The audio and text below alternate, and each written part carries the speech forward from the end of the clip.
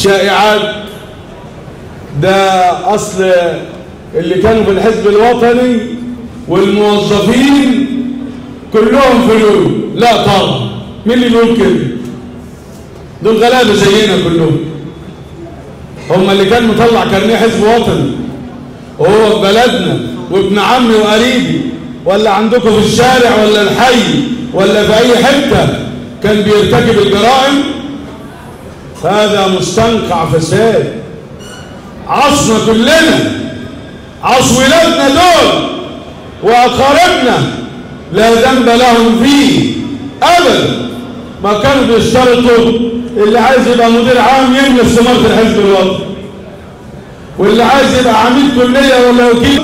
احنا عايزين نعمل خير، نعمل ايه؟ نملى الاستماره عشان نعرف نعمل خير ولا نعمل ايه؟ اوقعوا الناس في حيره، اجرموا في حق الوطن. هم 32 عيله 300 400 واحد اوقعوا الوطن كله في المستنقع. حفروا باظافرهم بحوافر الذئاب، حفروا المستنقع.